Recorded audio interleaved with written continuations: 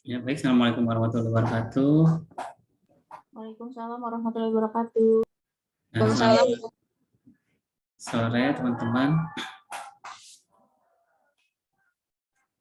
Baik, pada kesempatan sore hari ini, kita akan melanjutkan materi kita. Ya, seperti disampaikan kemarin, bahwa dalam rangka memantau mutu laboratorium, ada beberapa tahapan yang ada di lab. Jadi konsep mutunya itu adalah memantau dari seluruh tahapan, baik tahapan preanalitik, analitik maupun pasca analitik. Hari ini kita akan bahas tentang beberapa kegiatan yang termasuk dalam preanalitik. Yang pertama adalah identifikasi pasien. Pemberian identitas pasien atau spesimen adalah tahapan yang harus dilakukan karena merupakan hal yang sangat penting. Dengan pemberian identitas meliputi pengisian formulir permintaan, kemudian pemeriksaan laboratorium, dan pemberian label pada wadah spesimen di mana keduanya harus cocok atau harus sama. Ya. Ketika teman-teman menemui hal ini misalkan di lapangan, kadang formnya biodatanya betul, tapi pemeriksaannya berbeda antara yang di POM diminta dengan bahan yang dikirim, ya. Atau mungkin seluruh pemeriksaan di POM bahannya juga sama, tapi kadang-kadang itu bahan yang diminta yang sama, tapi bahan spesimen yang diterima identitasnya berbeda. Temuan sebaiknya ditolak, gitu. Tidak boleh kita mengganti. Kalaupun terpaksa harus mengganti, teman-teman biasanya minta persetujuan mereka. Tapi masih baiknya memang biar suruh mereka mengganti saja. Pemberian identitas ini setidaknya memuat nama pasien, nomor ID, kemudian nomor rekam medik, serta tanggal pengambilan. Ya. Biasanya kalau sudah menggunakan barcode, teman-teman tidak perlu banyak repot menulis, tapi semua sudah tercantum di barcode. Tapi memang kadang-kadang tidak semua laboratorium atau rumah sakit sudah berbasis menggunakan barcode. Kesalahan pemberian identitas itu dapat merugikan baik kita ya sebagai lab, jadi tingkat kepercayaan yang berkurang maupun juga merugikan pasien sendiri. Ya. Untuk pemeriksaan spesimen yang berisiko tinggi seperti HIV, hepatitis, sebaiknya diberi sertai tanda khusus pada label dan formulir permintaan laboratorium. Ya. Jadi kalau misalkan teman-teman suatu saat ada pasien sudah diketahui misalkan ini pasiennya pasien HIV, serumnya kan disimpan, terus tandain. Suatu saat kita nyari butuh harus mengulang gitu, kan kecampur gitu, nggak dipisah. Itu kalau ada tandanya hati-hati. Memang kita sepakat bahwa semua sampel yang kita terima adalah infeksius. Nah, tapi minimal untuk pasien-pasien tertentu ditandai bukan berarti apa ya takutan, tapi enggak, memang untuk memudahkan ini case-case tertentu. Spesimen yang telah dikumpulkan harus segera dikirim ke laboratorium. Sebelum mengirim ke spesimen ke laboratorium, pastikan bahwa spesimen telah memenuhi persyaratan seperti yang tertera dalam persyaratan masing-masing pemeriksaan. Misalkan volume cukup, kemudian tidak hemolisis, dan sebagainya. Ya. Apabila spesimen tidak memenuhi syarat agar diambil ataupun dikirim ulang. Jadi kalau misalkan kita merujuk bisa jadi atau kita ngirim ulang. Atau kita ambil ulang bahannya. Gitu. Namun hal seperti ini nggak gampang atau nggak mudah karena kita harus nyari alasan kenapa kita melakukan pengambilan ulang. Di plebotomi pernah dibahas bahwa hal tersebut bagi klinisi atau bagi pasien suatu hal yang kurang nyaman. Pengiriman spesimen disertai formulir permintaan yang diisi data yang lengkap. Pastikan bahwa identitas pasien pada label dan formulir permintaan sudah sama. Secepatnya spesimen dikirim ke laboratorium. Kita kadang-kadang warning ke perawat gitu yang ambil bahan. Kalau udah ambil bahan, langsung buru-buru diantar ke laboratorium. Kadang-kadang sampai di laboratoriumnya itu yang kadang-kadang suka tarsok gitu. Nanti nunggu temennya, nunggu barengannya gitu ya. Terutama untuk sampel-sampel tertentu, misalkan urin, feses, aduh, baru selesai ngerjain feses, datang lagi. Nanti tunda dulu, kali aja dapat ada barengannya gitu ya. Tunggu-tunggu sejam ada barengan-barengannya juga. Ayo dikerjain juga gitu. Itu berapa gitu. Tapi kalau misalkan hematologi kan karena gampang ya, datang langsung masukin ke alat, datang masukin ke alat. Kalau urin sama PSS itu agak-agak gitu deh. Padahal justru itu perusahaan-perusahaan yang sensi gitu ya. Kita nggak tahu di perawatan barangkali udah lama, tambah ke kita lagi dilamain. Tuh, akhirnya bisa jadi beberapa analis berubah. Penundaan pengiriman spesimen ke laboratorium dapat dilakukan selambat-lambatnya 2 jam setelah pengambilan spesimen. Ya. Ini apalagi saya kemarin banyak cerita tentang COVID ya. Rata-rata kan gedungnya berbeda gitu. Kadang-kadang kemarin kalau tempat saya yang pasien COVID di asrama, udah kita proses ngambilnya lumayan lama di ruangannya, plus kita harus mandi atau harus ganti pakaian, terus habis itu jalan kaki, ya jalan kaki menuju gedung utama, itu kan waktunya lama. Padahal saya mau ketahui atau hemostasis itu nggak boleh lama-lama. Gitu. Jadi kira-kira ngaruh nggak? Pasti ada ngaruh. Ya, untung aja nggak komplain dokter yang mungkin, kok nggak sesuai, tapi nggak sesuai yang ajar dengan heparin misalkan gitu. Jadi kalau pasiennya yang ngerti, saya ngapain sih dikasih heparin, malah disuntikin tiap pagi lagi, terus besok diambil darah lagi untuk memantau gitu, kan bete juga gitu ya. Sampai saya cerita, teman saya cerita sampai, ya ampun saya pakai infus pam, emang separah itu kah saya? Pernah repot sama pipis kan, terus saya bawa infus pam. Orang-orang pakai infus biasa aja. Mana kalau tetesannya berubah bunyi lagi, berisik banget. Sampai saya cari tutorial bagaimana mengoperasikan infus pam. Bete banget sih. Ya. Kadang-kadang kita juga dalam kondisi kita berontak juga ya, apalagi kita memperlakukan orang gitu ya. Ya ampun gitu ya. Jadi please kita menjaga mutunya adalah pastikan bahwa tidak lebih dari 2 jam. Penundaan terlalu lama akan menyebabkan perubahan fisik kimiawi yang dapat menjadi sumber kesalahan dalam pemeriksaan. Seperti penurunan natrium, glukosa darah, gitu ya. Kemudian angka leukosit dan trombosit, perubahan morfologi sel darah pada pemeriksaan mikroskopik, PT-APT memanjang, peningkatan kadar kalium, fosfat, LDH, SGPT, kemudian disisnya sel pada LCS, liquor cerebrospinal. Jadi kita bisa menilai cairan otak itu kan salah satunya adalah dari jumlah leko. Jadi kalau protein positif itu biasanya berkorelasi dengan pasti ada leko. Ya karena kan dulu ketika saya zaman jadi asisten, kalau misalkan pengen protein positif, misalkan kita mau ada ujian urin nih, urinnya kan tinggal air biasa sebenarnya itu kita tambahin tambah reagen apa waktu itu pokoknya warnanya kuning di kayak pipis biar proteinnya positif kita tambahin aja itu serum, tetesin serum gitu. Terus kalau pengen bila darahnya ada banyak kita tetesin darah gitu. Jadi simulasi bohongan itu biar komplit pada saat ujian itu kan kalau mahasiswa kalau kasih yang komplit itu kan bingung nggak ini benar nggak sih gitu ya. Saya tuh biasa bikin soal yang bikin orang bikin ragu gitu. Dulu kalau multiple choice itu jawabannya A semua gitu. Ini kan bingung ya kok A semua ya. Kalau yang nggak pede mah udah keganggu itu, apalagi ngeliat temennya kok yang lain ada B ya, gitu. Ikutan B, padahal punya kita udah benar gitu. Jadi dulu tuh banyak yang ketipu sampai bingung. Patnya jawabannya apa? A semua. Ya ampun masa sih? Kok bisa? Ya iya sengaja biar orang teragu gitu.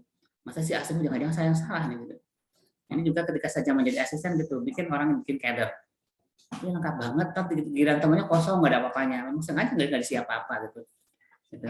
Bingung kan, mulai goyang. Masa sediman saya nggak ada apa-apanya? Saya mah banyak banget. Masa sih udah galau, padahal sih bener. Ya. Dulu paling resep, maka saya dibenci dulu ketika jadi asisten, dibenci sama mahasiswa. Paling takut sama Kak Atma. Serem banget. Oke. Kemudian terjadi perkembangan biakan bakteri, terutama pada urin ya. Kalau dilamain, makanya kalau teman-teman ngamati pipis pagi misalkan didiamin aja di pojok taruh, ntar sore-sore liatin apa yang terjadi, keruh dan bau ya. Itu kalau misalkan dikirim ke lab itu udah berbeda ya, hasil pagi dengan hasil sore. Makanya jangan didiamin terlalu lama, kalau pun paksa masukin ke kulkas. Penundaan pengiriman sampel urin. Ini unsur-unsur yang terbentuk dalam urin seperti sedimen, terutama sel-sel leko, eri, sel epitel, silinder itu mulai rusak dalam waktu 2 jam. Itu yang perlu diperhatikan ya. Jadi tadi nggak sinkron. Jadi kalau misalkan proteinnya positif ya, tapi kalau lekonya nggak dapet, nah itu kemungkinan lekonya udah pada rusak. Sehingga kita jadi bingung. Padahal harus berkorelasi. Urat, fosfat yang semula larut akan mengendap sehingga menyulitkan pemeriksaan mikroskopik atas unsur-unsur ini. Bilirubin dan urobilin teroksidasi bila berkepanjangan terkena sinar matahari. Jadi kalau misalkan urinnya agak kuning muda, itu kalau kena matahari mulai agak kecoklatan, termasuk dengan feses. Feses harusnya dinilainya kuning lunak, kuning muda gitu ya. Jadi kalau udah kesorean karena didiemin gitu sama sinar matahari, jadi agak coklat-coklat gitu. Jadi itu ngaruh ya. Bakteri akan berkembang biak yang akan menyebabkan terganggunya pembersihan bakteriologis dan juga pH itu otomatis. Jadi karena bakterinya bertambah, kemudian pH juga bertambah. Jadi kan kalau teman-teman contoh gini, di dalam vagina perempuan itu kan bakteri tetap ada, tapi balance gitu. Nah, itu pH-nya dengan balance itu pH-nya berapa? Ketika terjadi ledakan penduduk, bakterinya bertambah banyak banget gitu, itu menjadi patologis. pH-nya juga berubah, karena pH-nya berubah itu sehingga kadang-kadang juga menyuburkan untuk pihak lain. Nah, jamur ikut berkembang biak karena pH-nya berubah nih, cocok buat buat tumbuh gitu. Jadi akhirnya menambah parah gitu ya, seperti itu. Kemudian jamur akan berkembang biak yang tadinya baru sel ragi doang, sudah mulai ada gendongannya gitu ya, sudah mulai ada budding sel. Kadar glukosa mungkin menurun atau kalau semula ada zat keton akan hilang. Glukosa menurun kenapa? Karena tadi kemungkinan di hidrolisis oleh sel-sel atau bakteri-bakteri. Zat keton tentu pasti akan menguap karena salah satu sifat keton menguap. Sehingga mohon kalau pemeriksaan keton harus segera ya, jangan sudah kebuka kemana-mana gitu baru diperiksa hasilnya bisa negatif palsu. Apabila kandidat pengumiran dalam waktu yang cukup lama, spesimen harus disimpan dalam refrigerator pada suhu 2-8 derajat, paling lama 4-8 jam. Penanganan spesimen dari identifikasi dan registrasi spesimen, seluruh spesimen harus diperlakukan sebagai bahan infeksius. Kemudian patuhi cara pengambilan spesimen dan pengisian tabung yang benar. Gunakan sentrifuge yang terkalibrasi. Segera pisahkan plasma atau serum dari darah dalam tabung lain, kemudian beri label. Ya, segera didistribusikan sampel ke ruangan pemeriksaan. Jadi kalau misalkan di luar negeri itu kan sampelnya banyak banget, jadi ada bagian namanya bagian distribusi. Bagian distribusi apa perlu D3? Enggak. Perlu di bawah D3 pun nggak masalah karena tugas dia hanya mendistribusikan. Kalau serum kemana, kalau misalkan plasma heparin kemana, kalau EDTA kemana. Itu tugasnya memang cuma itu doang, yang sentrifuge mendistribusikan sampel. Kalau di kita, waktu itu saya pernah ke ngebimbing plebotomi di Semarang gitu, itu sampelnya banyak banget. Gitu. Terus dia pakainya menggunakan botol bekas antibiotik itu EDTA-nya. Tahu nggak botol bekas antibiotik? Botol-botol yang bening gitu loh, yang ditutup pakai karet. Nah, dilalahnya itu nggak ada tutupnya. Mungkin malas apa gimana gitu. Jadi semua kebuka gitu. Terus cara bagaimana memindah-mindahinnya, jepit-jepitin pakai pinset gitu. Ya ampun rawan banget nih, rawan tumpah gitu maksudnya. Itu kalau di ISO itu nggak boleh. Itu karena maksudnya ranah-ranah pekerjaan yang beresiko merugikan pasien. Kita lagi, tadi sepandai-pandai itu pengen meloncat, mungkin lagi, udah biasanya pindah, suatu saat kepleset, dan itu kan gelas lagi. Tumpah, udah. Ya, jadi seperti itu. Saya senang kalau ke tempat orang tuh motretnya lucu banget gitu. Terus pernah ke mana gitu. Jadi kaos pempermintaannya itu ada rangkap 3. Kayak banget gitu ya. Jadi yang asli itu buat pendaftaran. Rangkap yang kedua itu buat urin. Jadi kalau ada urinnya. Jadi si pom itu nanti akan diual-ual dengan urin. Yang satu nanti akan buat ke kimia. Jadi kayak orang malas nyatet gitu deh. Ya, kalau di kita ini kan satu pom, nanti ada orang yang mindahin kertas kerja kimia, kertas kerja hema, kertas kerja ini kita tulisin gitu. Emang enggak dikasih pom-pomnya itu tuh yang jadi kalau warna kuning itu pasti ke urin larinya. kemudian warna ini ke kimia gitu. Nanti yang kimia nyatet sendiri. Jadi yang rawan banget itu ketukar gitu. Kalau misalkan ada yang iseng aja gitu. Dan itu nggak pakai nama loh quote-nya itu. Karena udah nyantol dengan kertas. Iseng aja kertasnya diambil gitu. Ditukar dengan kertas lain. Kan nggak ketahuan. Nah, saya bilang ini rawan sekali kok gini ya. Oh iya Pak, nanti itu dirapiin. Nanti dibangka apa di mana gitu. Dan itu kemudian yang ngambil perawat. Di mereka memang diberlakukan bahwa yang sampling perawat waktu itu. Jadi senang sama itu beberapa laboratorium sampai sekarang kok udah nggak gitu, udah berubah Pak, bagus lah. Sampai yang cerita buat urinnya apa, buat pipis aja, buat urin lengkap itu pakai botol yang bekas antibiotik itu kecil banget ya ampun, bilang gitu. Ini cowok aja susah, apalagi cewek bisa berantakan gitu kan. Itu kok bisa kering ya gitu. Ternyata mereka ada pakai transfer, pakai ciduk kayaknya, pipisnya diciduk itu banget, ya ampun. Kok bisa rapi sekarang? Apa enggak sekarang kan banyak plastik, murah cuma 500 perak kali ah. Jadi pada alat hema penyakit kan alat urinnya udah pakai canggih yang baca sendiri itu. Saking sampelnya banyak. Senang ngomentarin kayak gitu dan akhirnya mereka berubah. Jadi senang kalau mau ke lab orang itu walaupun lab sendiri juga banyak kekurangan, tapi kita banyak belajar. Penyimpanan spesimen dilakukan jika pemeriksaan ditunda atau spesimen akan dikirimkan ke lab lain. Ya. Untuk pengiriman sebaiknya memang ditanya dulu ya, apakah sampel itu boleh nginap atau tidak. Gitu ya. Jangan sampai udah diambil, terus sampel nggak boleh inapin, mau nggak mau dianterin. Gitu ya. Atau komunikasi dulu, jangan sampai kadang-kadang juga udah terlanjur diambil sama dokter nih, ya gimana gitu. Tugas lab. Nama penyimpanan harus memperhatikan jenis pemeriksaan, wadah, dan stabilitasnya. Hindari menyimpan whole blood di kulkas. Memang nggak bagus ya, kecuali untuk misalkan untuk arsip saja. Biasanya kan ada DTA 3 hari kita buang gitu ya. Jadi kalau misalkan dimasukin dulu ada waktu angkatan berapa gitu. Pemeriksaan LED membedakan yang sebelum dimasukin ke kulkas dengan sudah masuk ke kulkas gitu ya. Jelas beda sih gitu ya. Tapi dia tetap aja ngerjain. Masa paling males saya orang penelitian yang udah jelas-jelas pasti beda dikerjain aja terserah deh.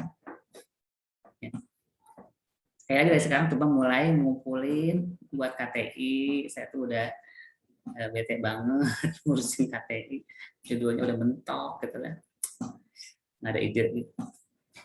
Sampel yang cairkan setelah dibekukan harus dibolak-balik beberapa kali dan terlalu sempurna. Hindari terjadi busa. Jadi menyampurnya kontrol itu kan dari twister biasanya kita larutin itu jangan sampai ada busa. Gitu. Nanti pada saat jadi busa itu si probe akan tetap mengambil sampelnya tapi jumlahnya sedikit sehingga error. Simpan sampel untuk keperluan pemeriksaan, konfirmasi pengulangan. Nah, ini yang saya pernah kita belum biasa kayaknya. Jadi kalau misalkan pemeriksaan kimia langsung dialikuat gitu. Jadi pemeriksaan kimia kita ambil masukin misalnya 400 mikro ke dalam serumnya, ke dalam cup serum, kemudian simpan itu buat stok. Nah yang kita kerjakan tuh yang sisanya itu. Nanti kalau ada apa-apa ngambil yang stok tadi. Menyimpan spesimen dalam lemari es dengan suhu 2-8, suhu kamar minus 20, minus 70 atau minus 120. Ini jangan sampai terjadi beku ulang. Jadi kalau kan kontrol misalkan kita secukupnya aja. Kalau untuk running lengkap itu biasanya kontrol dibutuhkan berapa sih? Jangan lebihin. Begitu lihat kok sayang banget masih banyak masuknya nanti ke freezer nggak bagus sebenarnya. Jadi nggak boleh beku ulang. Udah itu udah kalau udah dipakai buang aja, nggak usah pakai sayang-sayang. Beda sih lagi kuliah sama udah kerja itu beda banget ya. Kalau lagi kuliah biar aja kan berbayar. Gitu. Boleh ngulang dong. Tapi kalau kerja irit-irit dong, itu kan modal kali. Nah, udah kerja mah beda cara berpikir sih. Bahkan reagen aja sampai ditungging-tunggingin gitu ya. Padahal itu udah diukur, jadi setiap pack itu akan berapa yang kebuangnya itu udah dihitung sama tukang dagangnya juga. Jadi begitu goyangnya masih banyak banget, tapi kok alatnya udah bilang udah habis. Coba pindahin deh ke tempat yang lain yang bisa nyelam. Selangnya masih bisa nyelam sehingga dideteksi harus penuh malah. Pembohongan publik namanya itu. alatnya makanya canggih tuh, bodoh ternyata alatnya, mau dibohongin. Mbak saya bilang gitu, kita alat kita canggih loh, udah keren banget, tapi dia bodoh ternyata. Reagennya habis, tapi pindahin di tempat yang agak penuh, dia bilang masih penuh. Ih, bodoh banget ya. Gitu ya. Sekali lagi alat cuma untuk membaca, yang tahu tuh yang pintar itu TLM-nya. Keblinger tapi ya. Menyimpan spesimen untuk jenis pemeriksaan yang menggunakan spesimen plasma atau serum, maka plasma atau serum dipisahkan dulu baru disimpan. Ya, memberi bahan pengawet pada spesimen itu jarang memang, tapi biasanya kalau sedimen, kalau untuk disimpan buat ini bagus banget nih dalamannya buat belajar, boleh pakai formalin. Menyimpan formulir pemeriksaan lab di tempat tersendiri. Jadi arsip tetap kalau untuk form lab diarsipkan ya. Untuk penyimpanan spesimen dan suhu yang disarankan untuk kimia klinis 1 minggu di kulkas, kemudian imunologi sama hematologi 2 hari saja pada suhu kamar, kalau masukin ke kulkas. Tergantung regulasi sih. Kalau di saya kan 3 hari buang gitu ya. Kemudian koagulasi, kalau koagulasi tidak disarankan sebenarnya 2 jam harus dikerjakan. Toksikologi itu maksudnya buat narkoba gitu ya. Narkoba itu 6 hari boleh gitu ya. Kemudian blood doping 1 minggu sebaiknya. Jadi kalaupun ada pengurangan golongan darah ya langsung aja minta ya. Nggak usah yang bekas. Siapakah yang terlibat dalam proses peranalitik? Pasien, dokter, perawat, petugas layanan transportasi, TLM sama dokter laboratorium. Semuanya berperan. Semua berbagi tanggung jawab terhadap mutu bahan spesimen dan harus memahami pentingnya tahap peranalitik serta mengenali kemungkinan penyebab kesalahan dan konsekuensi untuk hasil pemeriksaan. Jadi kalau misalkan peranalitiknya benar, kira-kira hasilnya akan seperti apa? Itu salah satu konsekuensinya. Komunikasi antara dokter, perawat, petugas layanan transportasi, TLM dan dokter lab harus selalu tingkatkan dalam bentuk komunikasi langsung, telepon atau media lain. Ya. Lebih baik kalau lab dapat membuat pedoman atau semacam SPO mengenai pengumpulan spesimen untuk penggunaan oleh bagian lain. Di SPO-nya kita yang buat, bagaimana menampung darah yang benar, menggunakan vakum, ya. Pedoman tersebut ditinjau ulang oleh supervisor lab setiap berapa, yang benar setiap 6 bulan kita lihat. Sesuai dengan perkembangan. Tadinya pakai squid, sekarang pakai vakum, prosedurnya berbeda. Laboratorium juga perlu menetapkan prosedur untuk penanganan spesimen dan prosedur untuk manajemen spesimen, penerimaan atau penolakan spesimen. Seperti apa yang boleh ditolak, yang diterima seperti apa. Itu kriterianya harus jelas, kemudian sosialisasikan ke perawat. Sehingga mereka juga tidak ngirim bahan itu asal. Gitu ya. Jadi alur proses di lab biasanya secara umum ya, administrasi, kemudian suruh bayar ke kasir, baru diambil. Kecuali untuk misalkan jaminan tidak perlu kejaminan, langsung aja boleh diambil supaya nggak apa-apa. Tapi biasanya kita tolong kejaminan dulu ya untuk ACC, itu sama dengan bayar kasir ibaratnya, baru diambil. Kita kalau bukan jual mahal gitu ya, tapi bayar dulu lah, gitu. Baru kita ambil. Yang udah diambil batal, siapa yang menggantiin tabung gitu ya. Ya walaupun hanya 3.000 perak, tapi kan lumayan gitu. Jadi kita suruh bayar dulu, biarin aja. Jadi istilahnya gini, kita bukan sadis tapi memang harus seperti itu. Ya, minta tolong dong diambil dulu. Ya, kadang ada juga ya yang roboh seperti itu. Pengolahan, distribusi sampel, pengerjaan spesimen, kemudian pelaporan hasil dan hasil keluar. Itu secara umum. Kemudian ini salah satu contoh perubahan yang terjadi pada dekomposisi sampel urin. Jadi akibatnya perubahan warna tadi. Kira-kira penyebabnya apa sih? Terjadi dekomposisi atau perubahan kromogen dan konstituen urin lainnya. Misalnya hemoglobin. Kemudian perubahan bau karena terjadi pertumbuhan bakteri. Ini salah satu contoh pasien yang peduli sama dirinya dan mungkin I don't know deh, dia perhatian banget. Saya biasanya kalau pipis biasa aja. Ini karena saya ada sesuatu deh. Pipis saya kok agak-agak bau. Itu pasien GO itu yang pintar. Ternyata memang begitu diperiksa sedimennya cukup banyak ya, kita terus memang juga dia udah mengeluarkan sekretnya gitu. Jadi iya aku juga lihat kok agak beda gitu. Biasanya kan kalau pipis biasa aja, baunya bau pipis biasa. Ini kok agak bau banget gitu. Curiga nih. Jadi biasanya banyak pasien yang pintar. Ya. Ternyata dilihat memang bakterinya banyak. Peningkatan turbiditas atau kekeruhan, kali peningkatan bakteri urea, pembentukan kristal atau presipitasi zat-zat amok. Kemudian penurunan pH, tadi perubahan glukosa menjadi asam dan alkohol oleh bakteri dan jamur. Ngaruh ke pH makanya. Kemudian pH meningkat, karena pembecahan urea oleh bakteri sehingga menghasilkan amonia. Dan lama urin makin bau karena sudah mulai memecah urea. Glukosa negatif palsu, karena tadi glukosanya dipecah oleh bakteri. Sehingga harusnya positif jadi negatif.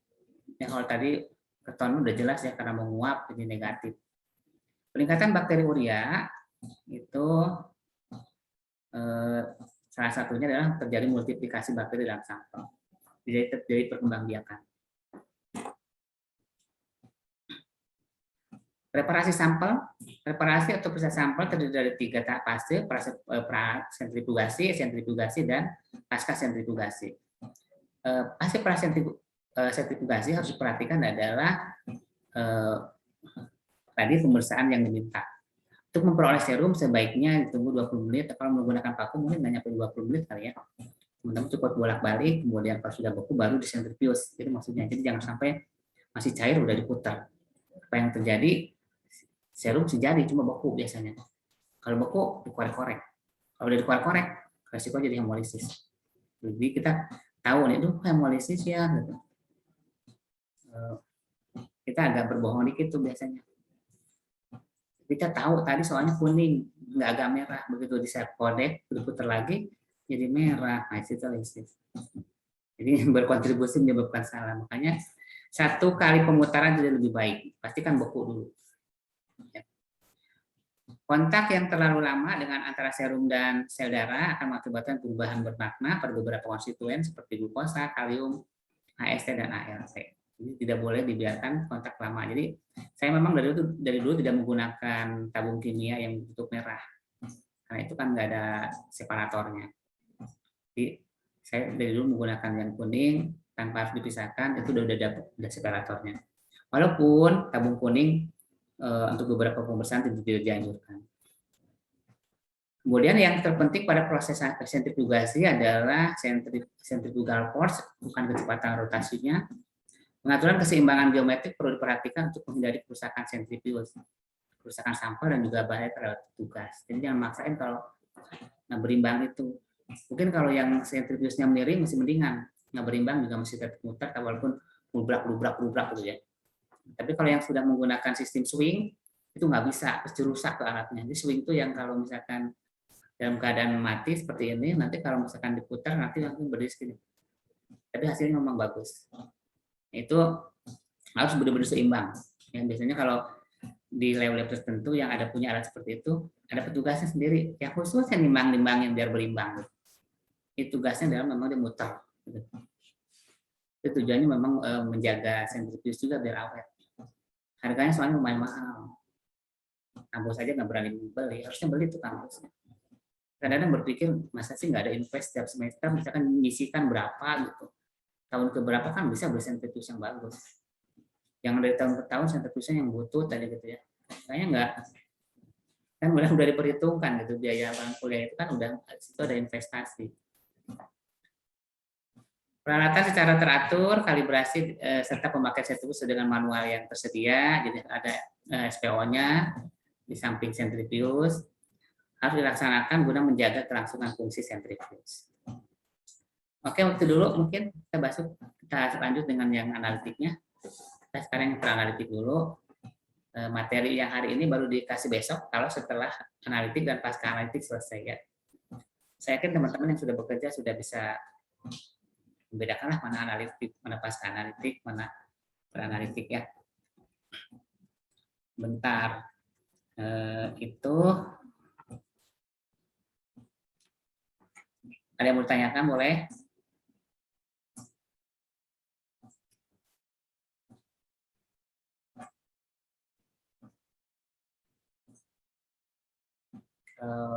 ada, cukup, sampai ketemu lagi minggu depan. Ada nggak?